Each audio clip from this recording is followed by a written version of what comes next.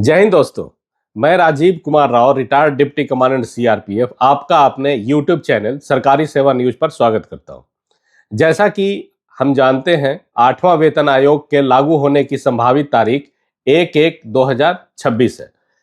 मेरे कई साथियों ने, खासकर जो सीआरपीएफ, बीएसएफ या अन्य बलों से हैं, उन्होंने मुझसे पूछा है, सर अगर मैं 1 जनवरी 2026 को छुट्टी पर रहता हूं तो क्या मेरी पे फिक्सेशन लटक जाएगी या मुझे क्या नुकसान हो सकता है। दोस्तों, जानकारी ही बचाव है। इस प्रश्न की मैंने 7th CPC के दौरान CCS रिवाइज्ड पे रूल्स 2016 के संदर्भ में मामले की गहराई से जांच की। तो आइए इस मुद्दे को ठीक से समझने के लिए इस वीडियो को अंत तक जरूर देखें। यह सवाल नया नहीं है। जब 7वां वेतन आयोग लागू हुआ था तब भी यह प्रश्न उठा था। उस समय भी इस मुद्दे की गहराई से जांच की गई थी। 7वें CPC के प्रेसिडेंट साफ बताते हैं, सरकार का उद्देश्य कर्मचारियों को उसका हक देना है।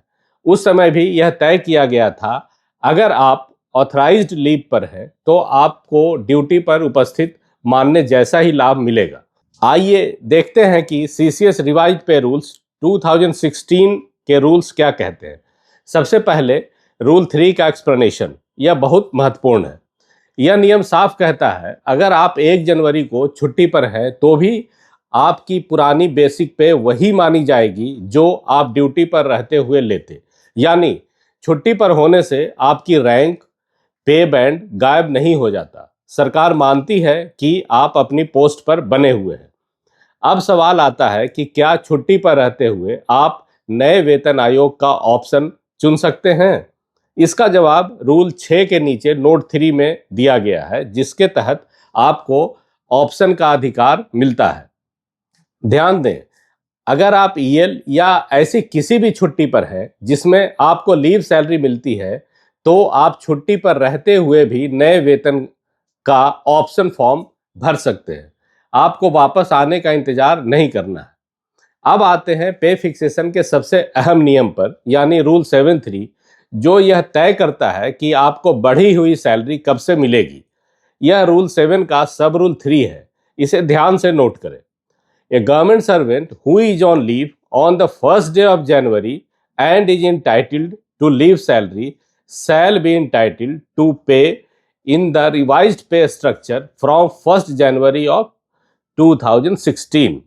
यह गोल्डन रूल है। यह कहता है, अगर आप 1 जनवरी को छुट्टी पर हैं और लीव सैलरी पाने के हकदार हैं, यानी अर्न लीव, हाफ पे लीव, कम्यूटेड लीव या CCL पर है, तो आपकी पे फिक्सेशन 1 जनवरी 2026 से ही होगी।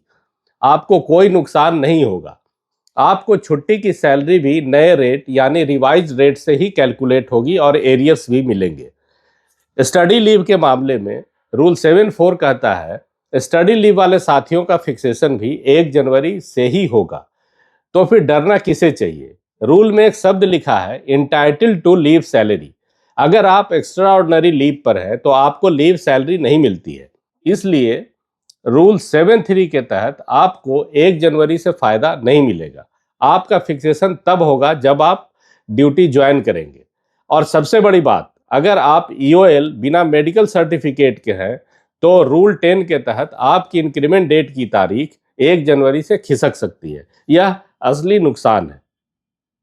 तो साथियों, यदि आप EL, हाफ पे लीव, CCL पर हैं तो आप पूरी तरह सुरक्षित हैं। EOL के मामले में पे फिक्सेशन और इंक्रीमेंट दोनों लेट हो सकता है। EOL ऑन मेडिकल ग्राउंड है तो सर्टिफिकेट जरूर लगाएं ताकि सर्विस क्वालिफाइंग मानी जाए। उम्मीद है आपका डाउट क्लियर हो गया होगा। यह जानकारी बहुत महत्वपूर्ण है, इसलिए इस वीडियो को अपनी कंपनी, प्लाटून, बटालियन के व्हाट्सएप ग्रुप में जरूर शेयर करें। हमेशा की तरह अपना, अपने परिवार और अपने साथियों का खूब ख्याल रखें। ऐसी ही सटीक जानकारी के लिए वीडियो को लाइक और सब्सक्राइब करना न भूलें। साथ ही कमेंट सेक्शन में ऐसी और वीडियो के लिए अपने सुझाव साझा करें। जय हिंद, जय भारत।